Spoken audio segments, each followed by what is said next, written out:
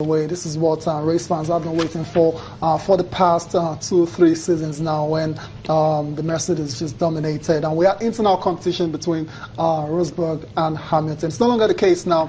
All the other teams look to be stepping up, especially Ferrari. Okay, that's about it now for Formula One. Let's talk about tennis now, and we can't talk about tennis without talking about Rafael Nadal. Right now, he's the man of the moment. Right now, his world number 4 is climbed as a result of that victory at the Madrid Open, where he took on Dominic Thiem.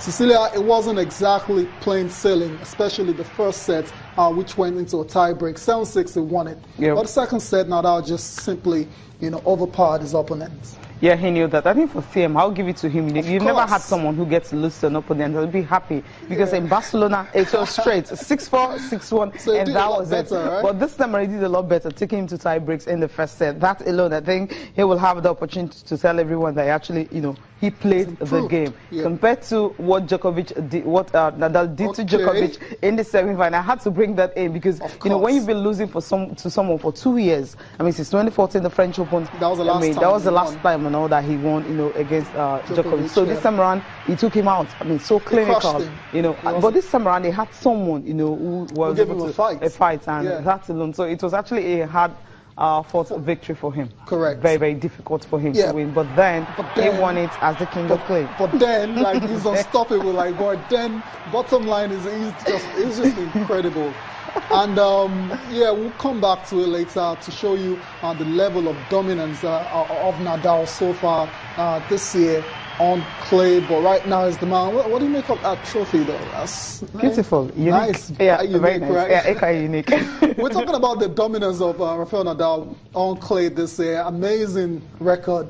He's played 15 times. He's yet to lose a game, and he's played 32 sets. He's dropped just look at that. Sets, that's a third straight clay court title. It started with Barcelona. And of course, Monte Carlo, then Barcelona, and now Madrid. 15 wins, no losses at all. 2 sets he has dropped from 13.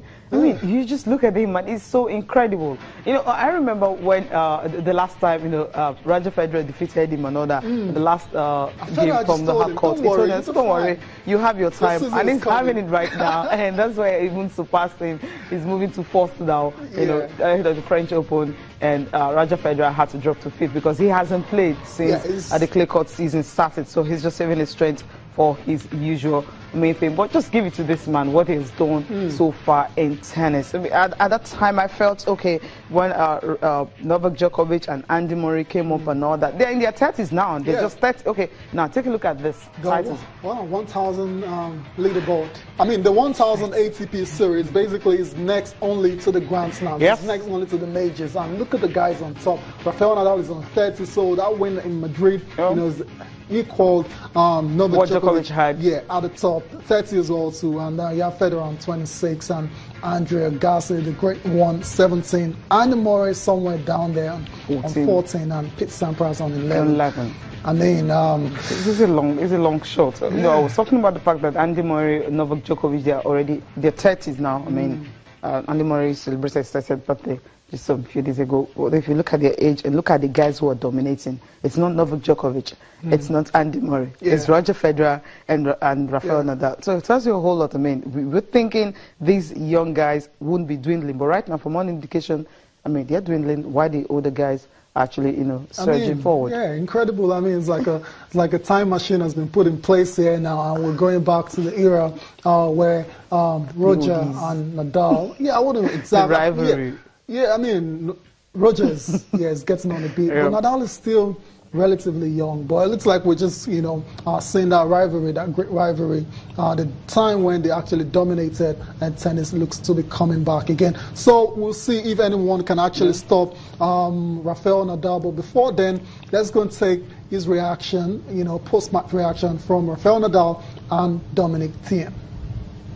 I got a break in the first game, and basically I couldn't do the re-break until the end of the match. I had some chances in the last game, but I didn't do any bad mistakes at my break chances. He was defending it well, so I think it was a good fight out there. I was much better and much closer than in Barcelona. I think I already had worse weeks in my life than this one. There were unbelievable 2 weeks in Spain, Barcelona and Madrid, and gonna enjoy the next hours, and then I will think about Rome. I mean, it's again a big and important tournament, and now that I did it once, play really well in such a big tournament, next step is to maintain this level to the next week, and that's what I will try.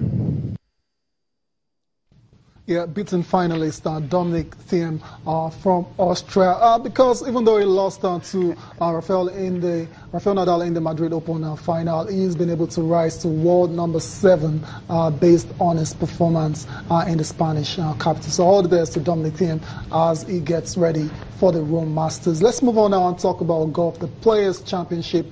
We have a winner, Cecilia. The winner is not Dustin Johnson. It's not, who's there again? Rory McIlroy. Okay, it's not Rory McIlroy. It's not Sergio Garcia. It's not Jordan Spieth. So at the end of the day, you just have a 21-year-old from South Korea.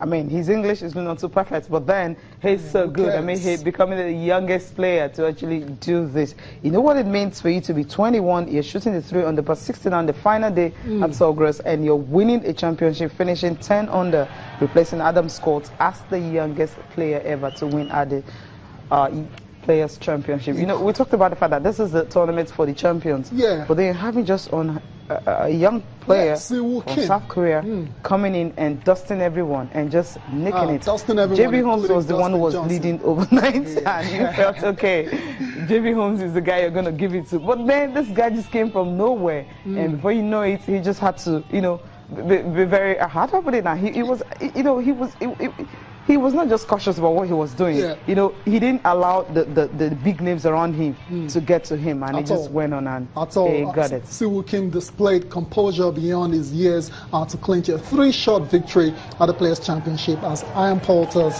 challenge came up short. So basically, this is the youngest player to win this particular championship at the age of 21. So congratulations to Siwoo Kim of South Korea. Yeah, the winner of the Players' Championship. We need to go on a break now, and we'll come back. The rest of the show will continue.